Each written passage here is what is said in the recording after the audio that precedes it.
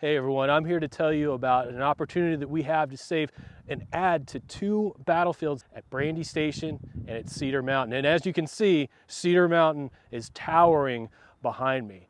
War's going to come to Culpeper in the summer of 1862 when John Pope's Army of Virginia moves into the county and hopefully capture the vital rail hub of Gordonsville. Robert E. Lee is going to dispatch Stonewall Jackson from Richmond to stop Pope. Jackson is going to clash with elements of Pope's army under Nathaniel Banks here at Cedar Mountain on August 9th, 1862. And the battle's not going to go so well initially for Stonewall Jackson. He'll have his left flank turned by Union troops, folding up the entire Confederate line. There's going to be heavy fighting that rages just on the other side of the road on the track that we hope to save and in the woods behind me. Jackson's going to rally his men, famously attempting to draw his saber, but his saber had rusted into its scabbard from disuse, so he had to pull the scabbard off of his belt, swinging around his head, rally his men to bring the Union attack to a halt. Jackson's actions paid dividends as darkness would finally bring an end to the engagement.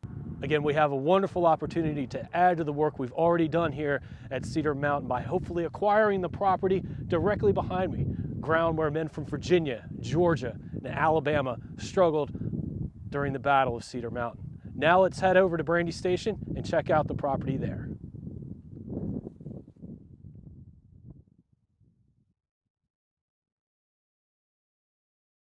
We have now moved from Cedar Mountain to Brandy Station, a battlefield that I know many of you all are familiar with because you have helped us save over the decades this hallowed ground here in Culpeper County. Now, war is going to return to Culpeper in the summer of 1863. Following his victories at Fredericksburg and Chancellorsville, Robert E. Lee decides to launch a second northern invasion.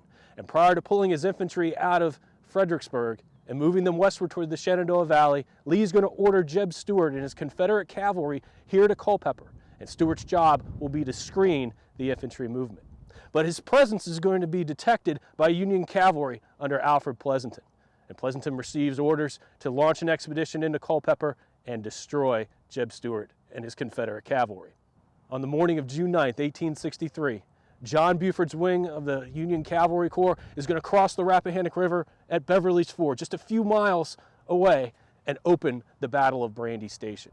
Buford's troopers are going to clash with Confederates under William E. Grumble Jones. The two sides will clash along the Beverly's Ford Road, and Jones will buy time for Confederate artillery to withdraw out of danger and take up a position at St. James Church. But later in the morning, David Gregg's Union cavalry will arrive in Brandy Station, threatening Stuart's line at St. James Church. The Confederates will ride at breakneck speed across this very ground that we're standing on, ground that we have an opportunity to save and add to the Brandy Station battlefield, and clash with Gregg on Fleetwood Hill just behind me.